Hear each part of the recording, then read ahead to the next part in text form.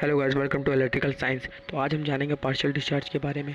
Partial discharge basically वो है जिसे मान लीजिए आप दो इंसुलेशन है, इंसुलेशन के अंदर स्पार्किंग अकर्स होती है। स्पार्किंग अकर होने के कारण ना उसके इंसुलेशन की स्ट्रेंथ खत्म होती है। और जब वो स्ट्रेंथ खत्म होगी ना तो वहाँ पर एक पार्शियल डिस्चार्ज क्रिएट होना शुरू हो जाएगा। आप कोरोना समझ सकते हैं, कोरोना भी एक पार्शियल डिस्चार्ज है। ठीक है, अब कैसे स्टार्ट होता है? ठीक है, ये किसी भी गैसेस, लिक्विड और सॉलिड इंसुलेटिंग मीडियम में हो सकता है। ठीक है, अब ये वॉइड के फॉर्म में स्टार्ट हो सकता है, या सॉलिड इपॉक्सी के अंदर छोटा सा बबल क्रिएट कर सकता है, या कोरोना हो सकता है, या दो इलेक्ट्रोड के बीच में स्पार्किंग क्रिएट कर सकता है ना।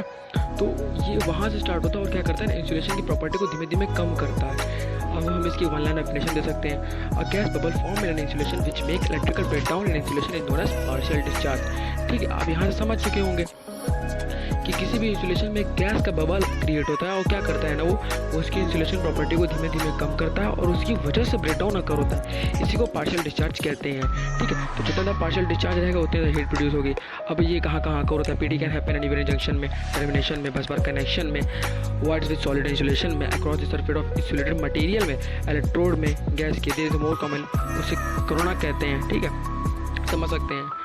ठीक है, अब इमेजिन करिए कि जैसे कि कोई भी कनेक्शन है, जैसे टर्मिनेशन हुआ है, इस पर इंसुलेशन चढ़ी हुई है। अब इसमें इसकी इंसुलेशन पे वॉइड आया, एक बबल क्रिएट हुआ, हाँ, किसी भी गैस में हीट की वजह से। अब वो बबल क्या करेगा ना, वो गैस धीरे धीरे बढ़ेगा बढ़ेगा बढ़ेगा, इतना बढ़ता जाएगा ना तो उसकी इंसुलेशन स्ट्रेंथ को धीमे धीमे धीमे धीमे धीमे कम करता रहेगा। और फिर क्या होगा ना, वहाँ पर ब्रेक डाउन आकर लगेगा, वो इंसुलेशन जल जाएगी, वो ख़राब हो जाएगी। ठीक है, अब पीडी के बहुत से इफेक्ट होते हैं। ठीक है, ठीक है, जैसे पढ़ सकते हैं मैकेनिकली आयनिक बम्बार्डमेंट होता है, thermal local heating and discharge site. ठीक है, chemical discharge, energy breaks and chemical bond बहुत ज़्यादा नुकसान कर देता है। ये बेसिकली इंसुलेशन को पूरी तरह से जला देता है। और अब आजकल की सबस्टेशन में ना पीडी मॉनिटरिंग बहुत ही इंपॉर्टेंट हो गई है।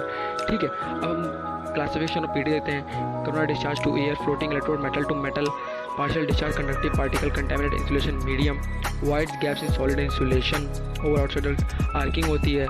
ठीक है, तो हम समझ सकते हैं। और सबस्टेशन में बहुत इसकी मॉनिटरिंग बहुत इंपॉर्टेंट हो गई।